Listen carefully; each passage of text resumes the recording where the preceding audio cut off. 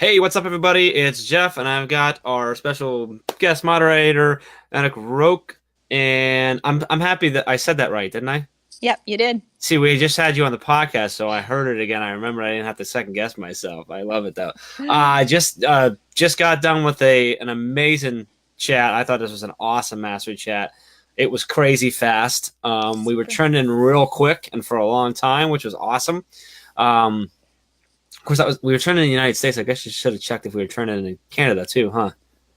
I I didn't didn't do that. check. I was too I busy. should have Sorry. looked. I need to start looking at that too because we have quite a few from Canada that join us every week. We had at least two, if not three, from China today. I think I Awesome. counted six different countries represented, which I love. Like it's always around that thing, and it's really cool. So it's a lot of fun when we do that. When we have just a worldwide audience on there and stuff. So how are you feeling right now after this? This was your first mastery chat. Yeah, I'm So feeling good. like I feel your like I need a fingers are nap. right. We Yeah. get yeah.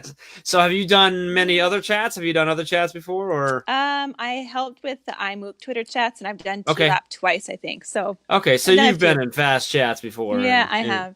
yeah, your fingers have had the workout and Yeah, craziness but I stuff. still So see my computer screen is going crazy now still. So yeah, it's still going. And when yeah, you get still that, when we going. get off here, you'll be like, oh, now I got to do this for an hour, Yeah. um, and get back in. So do you, when you do it, you work on your computer with a browser window, not on your phone?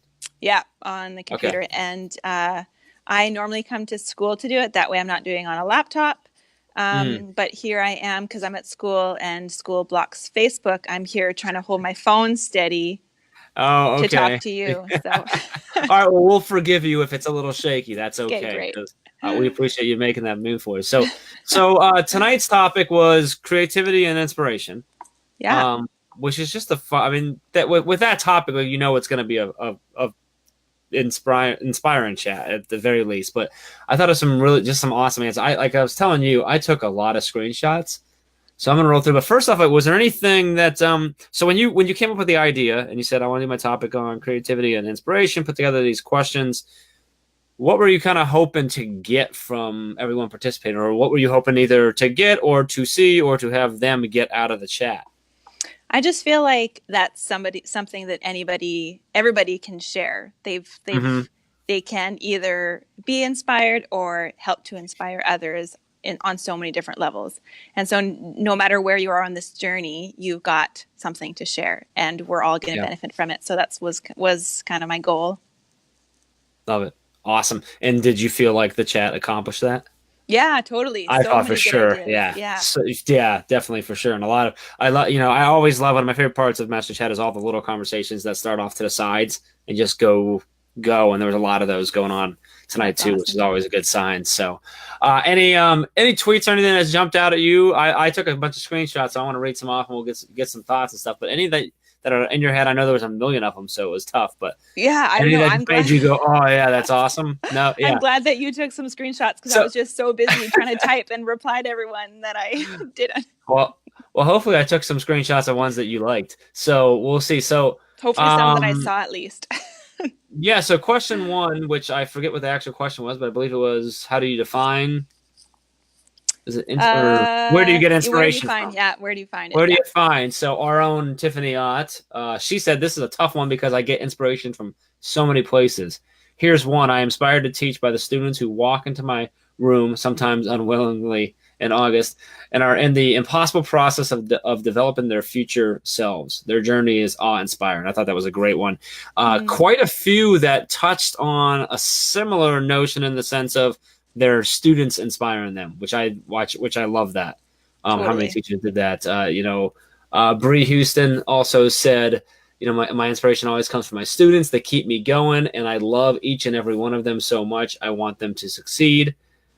And I Kim, just Kim, love that. I feel like yeah, I feel like so long as you can kind of tap into the kids' passions, like then you've got them. And building on that is just that's what we're here to do, right? So I yeah, love that that was absolutely. in so many people's response. It was in so many because there was one when I captured that one, I actually accidentally captured the tweet below it too, and it was Kim Amen saying that's an easy one. First the kids, second from Twitter.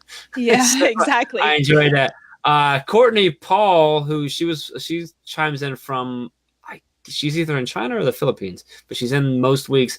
She says her husband, who is at Hey Man, which I thought is my inspiration. He's one of the hardest workers I know and continues to do amazing things. I enjoyed that shout out. Hey, listen, Stephen, I think that I replied to that tweet too, saying did you? I'm in exactly the same boat. I could not do what I do without my husband. So, and I can. including this chat, he was at home putting all 4 boys to bed by himself while I ran back to school to do this. So it Yep. takes. Oh, Yeah. that's right. All 4 boys. Jeez, that's Yeah. right. But just a little sidestep here. I loved our podcast episode. It was fantastic. So I get fun. to do that. I get to edit them, so like I get to revisit the whole thing a few days later or a week later or whatever when I'm editing, and I'm literally down in my office and I'm just like laughing. And if anybody was watching me, it'd be hilarious. I need to start like filming myself while I do it because I think there'd be some moments. But maybe you should do a Facebook Live. That would be fun. Maybe I should go live like while I'm editing. There'd be a lot of like me just like this, like because I'm editing the thing. But so I don't know how exciting it would be, but I'd have to edit that. Stephen W. Keys, he's at the Stephen Keys. He's in all of our chats. He said, I get my inspiration from my family in all caps. Very blessed to have been born into and married into a fantastic one. They make me want to be better. I could say the same over and over again about my family as well. Greg Wolcott said, inspired by the amazing efforts of colleagues at his Woodridge 68 district and around the globe who work tirelessly to develop students with the attitudes, behaviors, and competencies to be successful in the 21st century. Lots of exclamation points in there, too. That's awesome. I love that one. I don't know what her name is, but her handle is at DM Velieris. It's hard to say. Wow. What is really wonderful about writing is that I can pass on that inspiration. She's talking about getting her inspiration from writing and then being able to pass that on. So I thought that was pretty cool. Mr. Garachi said I like this one. Inspiration comes from wanting to be a part of something bigger than the day-to-day grind. It is having patience that things are getting better and changes happen. And it comes from wonderful people like yourselves and from the students in their future. So I thought that was great. Got some comments coming in here. Tiffany says, I have one boy and I would go crazy with 4. She goes crazy. She goes crazy enough with that one. Well, she's also got 2 girls though too. So don't let her fool you. Kristen chime in. Yeah, absolutely, Kristen. Some awesome inspirations tonight. Family is a huge inspiration. I know Kristen gets some massive inspiration from her family and her brother and stuff too. So, so question 2. Was, what do you do? Yeah, what do you do? How do you put it in action? Yeah, when you get it, what do you do? So, yeah. Was there a theme that you saw? People who on this question? You're right. Like I'm just not going to watch it. I don't want to say. Yeah. Did you catch a theme on this question and the answers to this question that seemed to be the way a lot of people were going? Or I don't know. I feel like lots of people are now starting to share out, which is awesome. Obviously, if you're on Twitter and joining these Twitter chats, you're beginning to or are awesome at being comfortable at sharing what you're doing in your classrooms, and whether it's by tweeting or blogging or, people are like Voxer for long commutes and stuff. And podcast now is a big thing, which is awesome. So I like podcasts. I know a few. Yeah. So I like David Buck said, get the inspirational idea into a framework immediately. I love this because he said done is better than perfect. After implementation, assess and evaluate to make appropriate changes. Stephanie Howell says, by creating my idea and testing it out, I also will talk with colleagues and see how I can make my idea better, which I think is great. That sounding board bouncing off, reaching out to your PLN. Kim, I don't know if it's Amen or Ermin, said, I'm extremely impatient when I am excited about something, so I just jump in with both feet and get started. That's sort of how I am, too. I think a lot of people are like that because I'm like that, too. Yeah. When I set my mind to something, you'd better hop on or get right out of the way. I've always said that I've tried really hard to surround myself with people that are a little more like thoughtful and scientific, because I'm just sort of I'm going to run through the wall and figure out how I did it later. Yeah, no, totally. Like that's why I married my wife, because she does things like, well, wait a minute. Let's think this through. You need to go through the wall. Like, what's the wall made of? And then more importantly, how close is the closest hospital? Right. And things like that. So, It's odd, but that's how I am. I'm just like, I'll figure it out later. Courtney said it all starts with list on list on list, and then talking it out with her husband to make crazy idea make sense. Yep. Kathy Ann Winters talked about it. It takes time for me to put it into action. He has to talk with colleagues, the Hey, process. Kathy Ann Winters is from Winnipeg. She is Oh from where I'm yeah? at. Yeah. All right. Well, She is works she my your, district. your district? Okay. Mm-hmm. Well, that explains why she's awesome and I captured her. She totally Uh, is awesome. yeah, I jump right in and try it the number of times I've scrapped plans the period before I decided to try something is crazy. Usually thinking out loud.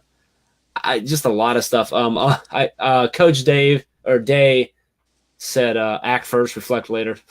Yep. And if I can't act, write it down so I don't lose it. There was some back and forth. I got in a little conversation. I think it was Vic or Victor, one of the guys. I can't remember who it was, about doing voice notes. Because sometimes you're not always where you can send things. So I do a lot of I email myself all the time. I do that too. Because it's the easiest thing for me to pick up and just email myself really quick. Yeah. Or I'll do a voice note and send an email. So then it's in my inbox and I can address it later when I have time to actually like put it down somewhere or start structure and stuff. So I thought, Yeah. a good way to I'm go. the same way. And then at least if I'm emailing myself, like let's say I'm at home and I email myself at work, then at least I know that I'll see it when I get to work. It won't get lost somewhere and I'll forget to go back to it. So Yeah. This is from Kristen, and this is exactly what I would expect her to answer this. She said, "This is where my risk-taking can crash and burn around me or set the world on fire because I just jump right in. I hit the ground running and take my team with me. Along the way, we tweak and reset, but the action of creating is instantaneous." And then she's got like a fire gift. Yeah. That is Kristen to a T. Totally. I'm going to go. Let's look at question 3. What was question 3? You did a meet. Yeah. How do you create rather than consume? Yeah, which I loved that question. We've had a few episodes of Teach Better Talk where it's come up. One particular with Alex Orris, who talked about creating and building creators versus consumers and our students and stuff. So I enjoyed the fact that we were reflecting on ourselves stuff. How do I create versus consume? Not that consuming is bad. We need to consume. No, how do we also do create and not just to consume that stuff? You said time in all caps with an exclamation point. You said I carve out time to take my inspiration that I often get from consuming and then create a blog post to push my thinking or create empowering lessons for my students, which I think that folds right in the answer 2 or question 2 as well, because that's also you sharing it out and what you do with that inspiration. So so your typical go-to is to take that inspiration and go right into to writing and a blog post or something? Yeah, that's normally how I like process. Oh, sorry, lights go off automatically in my school if I don't move around for a while. Yeah, that's normally how I do it, because when I'm reflecting, when I'm blogging, it forces me to reflect deeper. But sure. But sometimes I won't blog about it until I'm done, like the whole unit or lesson, like the big thing that we did for exhibition evening. Most of my inspiration just went it just built when I was having lunch with my colleagues every time and to create the project until it was all done and I was able to blog about it. So now it kind of depends. Yeah. Depends on what I'm after. All right. I'll see what else I captured. I want to get your thoughts on some more things. I enjoy this. I like doing this. Get you talking about stuff. A lot of people talk about I write it down. I try and put it down on something. I journal. I think the reason why I put time in capital letters in my tweet was because I often will get inspired and I'll jot down notes, whether it's like a draft in my blog or something, but it really does take time to get back to it. And I don't always, I am inspired all the time. And no, I can't go back to every single thing. I don't have enough time for that. So I feel like that's my biggest struggle. Is finding the time and then putting the time into it. Yeah. Yeah. So Bree Houston was talking about how she recently tried implementing a flipped classroom with my algebra class, created all her own video lessons, and created a lot of her own worksheets and for students to practice and everything. I thought that was great that she was going after it, trying to create stuff. So, how do you, in your classroom, focus on helping your students to be creators versus consumers? I think putting you right on the spot. Yeah, no, I think it has to do with like what they do with what they've been learning, right? So Mm-hmm. an example is we've been doing like self-reg and zones of regulation stuff. And instead of like, we read this awesome book called Frog's Breathtaking Speech that talked about all different ways that you can breathe to calm down and stuff. And so that my lesson could have ended there, but instead we went on for to all the students then created their own breathing strategy to help them calm down, and we created a green screen video which will be blogged out hopefully this weekend. But that's just like taking what they've learned and creating something with it, creating something from it. Yeah. And I saw a lot of that of the creativity. A lot of it comes from the consumption, and consuming leads to creativity because we get inspired by consuming. And that, I get a lot of stuff that where I get inspired and start trying to create something comes from, a lot of times listening to a podcast or seeing something randomly come through my feed and stuff. So I think that consumption leads to that. And so let's move on to that. So question 4 was, how do you inspire others? I believe. Other educators. Yeah, Meredith Johnson said I inspired others by challenging them to rise higher. I love that one. Mm-hmm. Alex T. Valenchik, I think is how you say his last name. He said, I asked them what their vision is, and then I helped them to make it a reality, whether it is collecting honey from around the world, helping arrange a field trip to a national park, or just offering suggestions on how to help a student who is struggling in some areas. I'm interested about the honey thing. But Ray, our dear friend Ray Hewitt, who we couldn't hear earlier for some weird reason. Yeah. Don't know what happened. She said she tries to share a story, which wouldn't have worked well earlier when she didn't have any sound. We can blame it on me. That's okay. I probably did something. No. I always blame it on Ray. Like, that's just how it goes.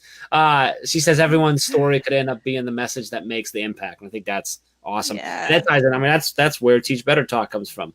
And it's trying to share as many stories as we can, because you never know what story is going to line up with what each individual person's going through, and that's going to inspire them and stuff. So I thought that was an awesome answer. So, totally. How do you do it? Like, what do you? I didn't capture yours. That's the crazy thing about these chats, because we get going. Sometimes I don't even see half your answers, because I'm like, Tiff and I talk about all the time how we're both in the same chat, but we have very different experiences. Right. Which is really cool. But so let's flip it on you. Like, how do you try to inspire others yourself? But now you're also trying to make me remember my own answer. You don't have to remember the answer. It can be a different answer right now. Like, I'm okay with it.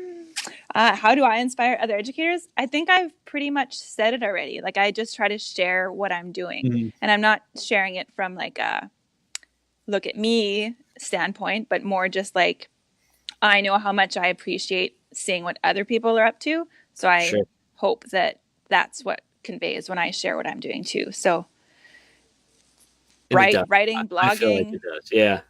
Like, I'm always game for talking education with anybody who will listen to me, because that's just like, I love doing it. So anybody wants to listen to me.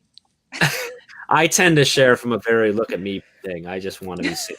No, I think that's true in the way you write and stuff, and coming on, and the stories you share, like on the podcast stuff too. I can attest that. Like, it's easy to tell that you just enjoy doing that. I think that's when it can really shine through and help inspire people. I think when people, like specifically colleagues, like when colleagues see and feel that you really love what you do, like, I think that's one of the easiest ways to start to inspire them to show them, like, and when they see that it's real and that you're not just putting on a show, that you're actually like, yeah, I actually do like being here. I believe it was, we talked like I think when we did your interview, it was your first day back from spring break. Yeah, that's right. I loved it, because you were like, it wasn't like, oh, I'm back from spring break. It was like, yeah, I got to keep back in my classroom today, and it's been a great day because I saw them, I got to see my kids today and stuff. And I love that, because we talked about how, like, I love Mondays. I hate when people hate Mondays. I just drive Sunday nights on Facebook drive me nuts, because I just see this crazy feed of tomorrow's Monday, where did the weekend go, and all that stuff. I'm like, geez, oh man, a lot of people hate their jobs. Yeah, no, totally. You're gonna spend most of your life at that job, so like, maybe you shouldn't hate it. Anyway, that's just me. What do I know? Yeah. So what? Question 5. I should have put the question somewhere, and I didn't It's do okay. this. I got them here. Like And question 5 is Tiffany similar. provides us like everything we need for me to have all this, but I just didn't utilize it. It's So okay. We make a good team because I didn't screenshot anything. So yeah, there you go. yeah, Yeah, it works out yes. well. So So 5 was how you inspire students. how do you inspire students? Oh, so Hmm. I'm just gonna have you go on this one. Oh, you're gonna put me on the spot again? All You've right, got all the answers I'll right in give you front of one. you. Okay. Our buddy, Mr. Overstreet, at Mr. Overstreet 101, he says, being invested in caring. Also, genuinely loving what I do and showing them that every day. I think that's huge Yeah. too. Like, Hmm. kids will figure you out. If they know you don't want to be there, like, they're not going to want to be there either. I got like I Why am I going to totally work hard in your classroom if you are miserable and don't want to be there? Like, I'm just not going to. So, and the best example of that for me is substitute teachers.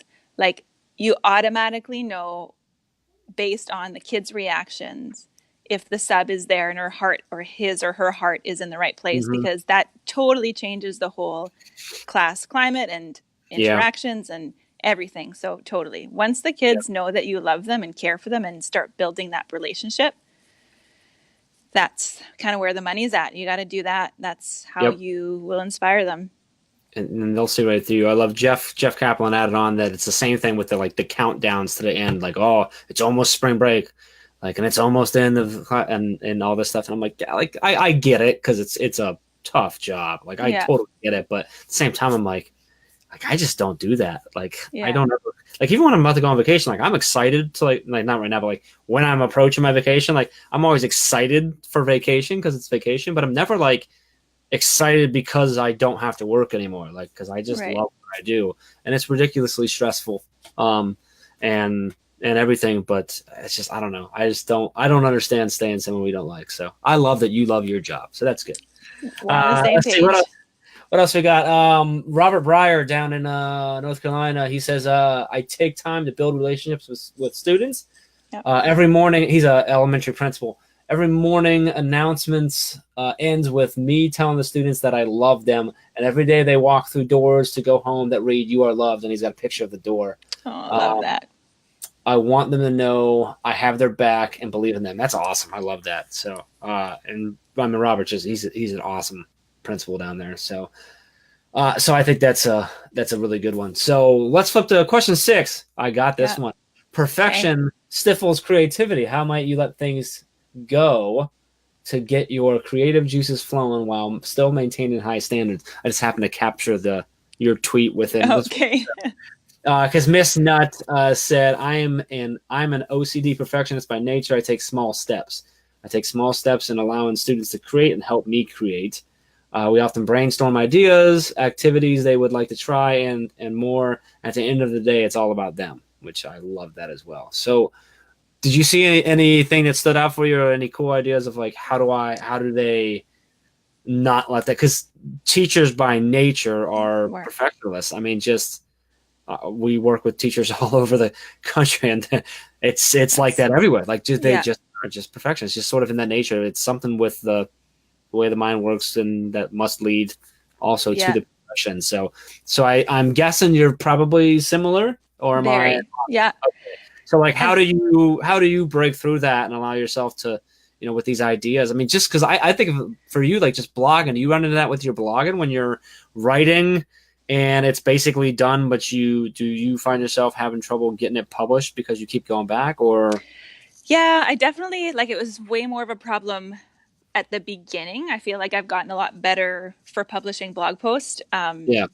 But it definitely like still now like I'll if I'm all ready to post and it's too late at night because everybody's gone to bed and I wait until the morning, like how many times do I reread it over again in the morning before I can press that publish button with fresh eyes? Yeah. And Yeah. totally. But at least with blog posts, it's easy to go back and edit, which I love. Mhm. Yeah. But I don't know. I feel like that like perfectionism is still a very big part of me that I'm trying to. I don't want to say overcome because I think there's still good qualities there, but it's definitely a Sure. challenge for me to Yeah. know when I've put enough effort and when I can say good enough. Good enough is hard for me. Yeah. Yeah. I think when it comes just specifically to the blog post and like editing like that, I mean, coming back with a fresh set of eyes, there's nothing wrong with that. That's good. Sometimes you got to catch things, but if you do have to do it 100 times, that's different. So it's weird on our team. I've done a lot of the editing for a lot of the pieces that go out, and it's funny because when the teams write in, they're like, "Oh, I'm not sure if it's good." I'm like, "Hey, it's good. Just shush." Like, and I gotta get it done. But if I write something, it takes me forever. And well, I don't know. You still happen to missed. What's that? You still missed a few on the blog post for money. I did. Oh, yeah. We'll see about that. Sorry, I had to call you out on that. I did that one quick, probably. That's why. So, because I don't consider myself a perfectionist at all. Not even a little bit. But yeah, I totally did. That was yours, wasn't it? Yeah, it was mine. It's a bad idea okay. on this. Still Ray's fault? I'll think of how to twist that. Yeah. No, so yeah, that was just me not paying attention. I don't know what it was. I think I blamed it on your awesomeness is what I did, right? Well, I blamed it on the autocorrect because the first letter was still right, and who definitely not autocorrect. It was just me not getting it done, not switching it. So, let's see here. I'm just looking through some others. If there's anything to talk about. So, I did like this. David Buck mentioned that possessing high standards does not mean one must perfect. Instead, it signals that the person is constantly striving for improvement, for mastery. If we expect students to tolerate failure, we must eat our own dog food. And I think that big piece is like you can strive for high standards, but perfection is just is deadly. Yeah, in a lot of ways, it's going to kill, or at least potentially kill your creativity if you can't get that out. So we'll do one last. The last question was your quotes. Any quotes? I love Sorry, this is what happens when you're in a new school and everything works on sensors. Any quotes that popped out at you that you can think of? Oh my God, there were so many, and I retweeted a bunch of them. But you think I can remember them word for word right now? No. I didn't know.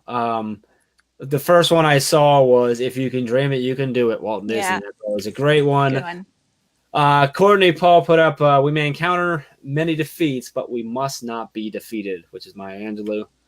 Mm-hmm. I enjoyed Meredith Johnson. "You are a teacher. You have the opportunity to love people's babies into literacy." Yeah, I saw that one too. It was cool. I enjoyed Mark Heinz said, which is he's at Learning Giant. "Confidence is the food of the wise man, but the liquor of the fool." I wonder if he must be tall or something. It's the Learning Giant. I'm wondering where that name comes from. Yeah. Yeah.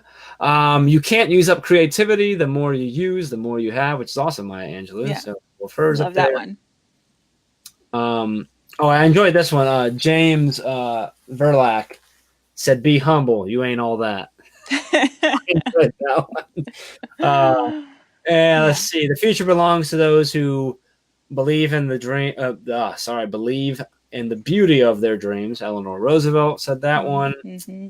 I enjoy this one. "Every accomplishment starts with the decision to try." Yeah. I enjoyed similar plays on that where no good thing came easily, and every good thing that's ever been was hard to get to, and totally. Stuff. So I think Kristen gave a shout out to George Koros saying, "We need to make the positive so loud that the negative becomes almost impossible to hear." Yeah. And then the last one I heard was, and this is a good one, we'll finish this way: "No one remembers how you started, but everyone remembers how you finished." Finish strong. Yeah. I love it. So we're going to finish strong here with any last words from you, just from this chat, from just anything that anyone who's listening through this one maybe hopefully got inspired by all these everything that went through on the chat. Any last words? I don't know. I just thanks for having me to moderate. First of all, having you on. Yeah, it was good. We sort of had like your week this week. I know. It was awesome. I feel like out on the podcast. If you're watching and you haven't listened to the podcast, at the very least, go listen to whatever episode that was, which I forget. I should know, but I forgot. I don't know. 50 something. 6, 7. I don't know. 6, 7. What? Just listen to all of them. Yeah, there's a lot of them. But it was a fun episode. It was awesome having you on. Really enjoyed that. The chat was fantastic. So really appreciate you doing that. We know it's extra time on your part to do it. You went back to the school to do it. So like we truly, truly appreciate you on so many levels. So thank you for doing that. And everyone who's watching, thank you for being a part of our little community and our PLN. And we will see you all back here next Thursday. just before 8 p.m. Eastern time for Facebook Live to preview our chat, and then afterwards for that. I should have this up, but I don't because I'm just not good tonight. But I'm going to look real quick to see who we have leading us next week. Let's see, pull up my sheet here real quick. And we've got... Oh, it looks like we got multiple people. Ooh. And oh, we got Flipgrid. So Flipgrid, the team from Flipgrid, which is Ann Kozma, Jornea Irwin, and Jess Boyce are coming in, and they're the topic is Empower to Achieve. So that's kind of cool. Awesome. I'm wondering if maybe there's going to be some links to go do some videos in Flipgrid or something. I don't know. It'll be interesting. That would be cool. So hopefully we'll see you all back here next week, and thank you. Until then, we'll see you. Thanks. Bye.